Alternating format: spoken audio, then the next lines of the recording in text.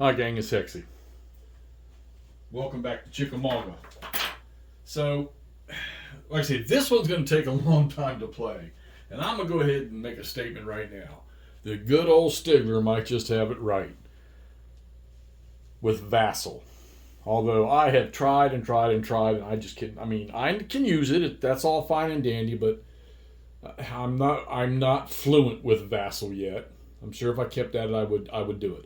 But I'm beginning to think that playing these monsters might be better on Vassal, and then playing scenarios out of these big games on the tabletop. So because there's nothing nicer than getting the maps out and staring at them and strategizing on them, and then putting the counters on her to see what it looks like on the battlefield from over top and stuff. So, but I don't know. I'll think about that one there. Maybe with the next big thing going forward.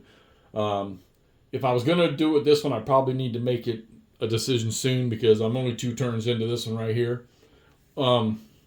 This thing's got a lot of this thing. Other people said this thing needs a lot of rework, and I know they're going to. It's going to happen, so we can get ready for that. Don't know when. That's probably not the top priority, but it'll happen. Okay. Anyhow, we're done with the 1500 turn. I got to do some of the after activation cleanup type stuff, phases, or some of the little phases after all the activations. But the activations are, I know it looks like there's a massive amount of units on there, but they're actually kind of minimum compared to what the whole game is going to be like, I'm sure. So anyhow, let's just get an overview. All these, I don't have the extension map on because I put my main maps too close to the edge of the table, and it's just a little piece of map. So I'm just counting those hexes and moving from there. But you've got Hyman's division.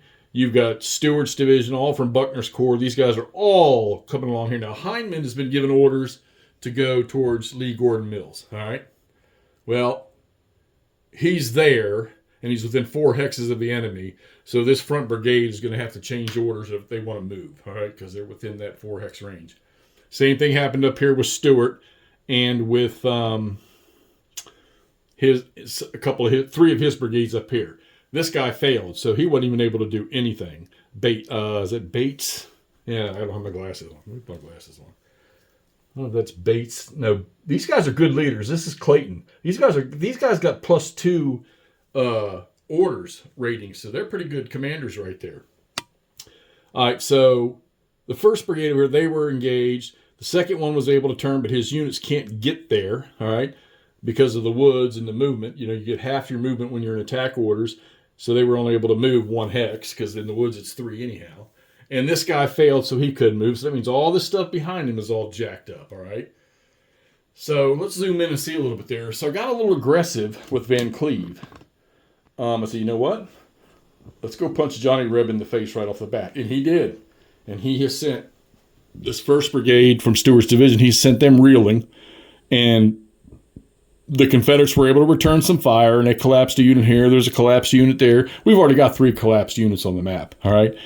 But Van Cleve's division has been able to get up in here, and granted, he's going to be outnumbered, but, man, he has broken that ant trail. He has just put that thing to just a cold standstill up there because they are not going to be able to move all those troops through there and get them deployed. The Confederates are going to have to somehow change orders and come out of stuff, but you have the designated destination, and these guys have got to reach that designated destination, or they get within 4 hexes of a Union unit, and then they're forced to change. So this mass is not going to be able to do anything until these guys can get deployed and get online, then give them a little more room to move up in here. And so it's going to be slow. Now, this is the 18th. You're starting in the afternoon, so there's only a few turns of daylight, and then it's going to go into nighttime, all right? And you got to be cautious of that moving at nighttime. But as you can see, Van Cleve has got they've got them in check right there. And there's still another whole division back down the road here. This is Crittenden's guys.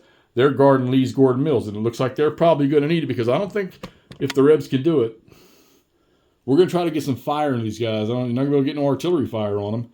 But try to get some fire into these guys, see if we can't drive some of this stuff off of here, and maybe get lucky and get across. Not so sure. It's tough to get across those river crossings there, right? And especially when there's... And I probably need to put those guys in breastworks.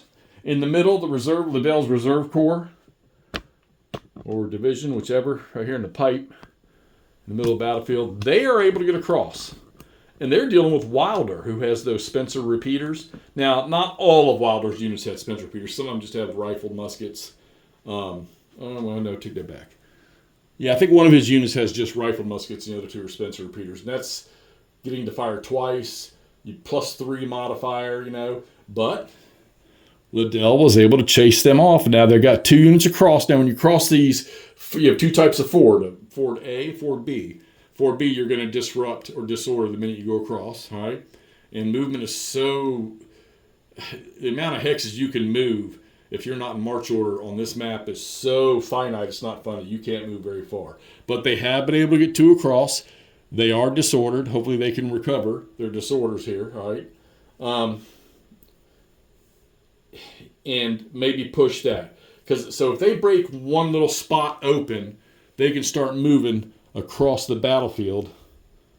Hold on. They can start moving across the battlefield, heading towards those victory locations.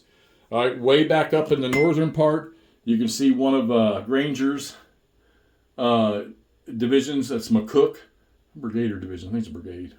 Yeah. Steedman is actually in command because Granger is down here having biscuits and coffee and tea and with the big dog. All right, and he'll be there until tomorrow. So Steedman is actually in command up here, and you got some Confederate cavalry already there. And I thought to myself, when these guys got activated, which I went ahead and I used the historical ones, which was McCook, I thought, man, do I need to move them over there to fight those guys, or do I need to get troops down here? So I decided, you know what, the reserve troops up there, if the cavalry gets too close, they're going to pop out and deal with them. And you see that objective up there sitting right there within 2 hexes, okay? So they'll deal with them, and I figure, you know what, we're going to move these guys down here because we need help down here. All right, we need to stem anything the Confederates are doing. Now, the cavalry, Minty, has done a great job in here. I want to get him out of there, though. All right? He didn't have any activations left, but I want to get him out of there and get him back across the river here, okay? He's done a good job, but the amount of Johnson's division that's coming in there from the First Corps is going to be too much for him to deal with, so I need to get him out of there. The units behind him are more of Wilder's mounted infantry, and you need to keep this in mind if you play this. When they're on the ground, they are infantry, all right? Just like you treat cavalry like infantry, but these guys don't get the benefits of cavalry. The only benefit they get is the movement on horses. That's all they get, okay? They can't charge and bayonet stuff like that or do mounted shock and stuff, all right? But I'm trying to get them down to the rest of Wilder's. But like I say, even in I need to get them in march order. But see, they're independent, and I need to brush up on my independent rules about can I get those guys into march order. But I want to get them back down here to where the rest of Wilder's is in the middle of the battlefield, because that one infantry brigade that's coming, they're not going to be able to stop all of this stuff. Those guys are never going to be able to stop all this stuff. All right. Casualties, I was marking them as I went, but I took about 6 or 7 more. And I mean, you figure, I think the Confederates have probably already lost close to 1,000. And the Union has probably lost 600 to 700. So there have been some good dice rolls on some of the fire. A lot of 9s with a +1, even +2s at times, okay? And when you get muskets or the Spencer repeaters or the Colt repeater, whatever, you get those things shooting with their +2s or +3s, and you roll a 9, 8, 9, you can get some massive hits. Like I said, we've already got 3 collapsed units. All right, so River of Death, the Great Battles of the American Civil War. Yeah, I definitely can't wait for the reprint of this. Going to contemplate moving this to Vassal and starting over. Don't know. Within the next day or 2, I will. But like I say, so much fun just to look at it. But you can see the discoloration of the maps here. This is much bluer and darker than this one over here. And the same for up there. All right, let's get this up so y'all can see how we've progressed just through 2 turns now at Chickamauga, the River of Death. Talk to you soon.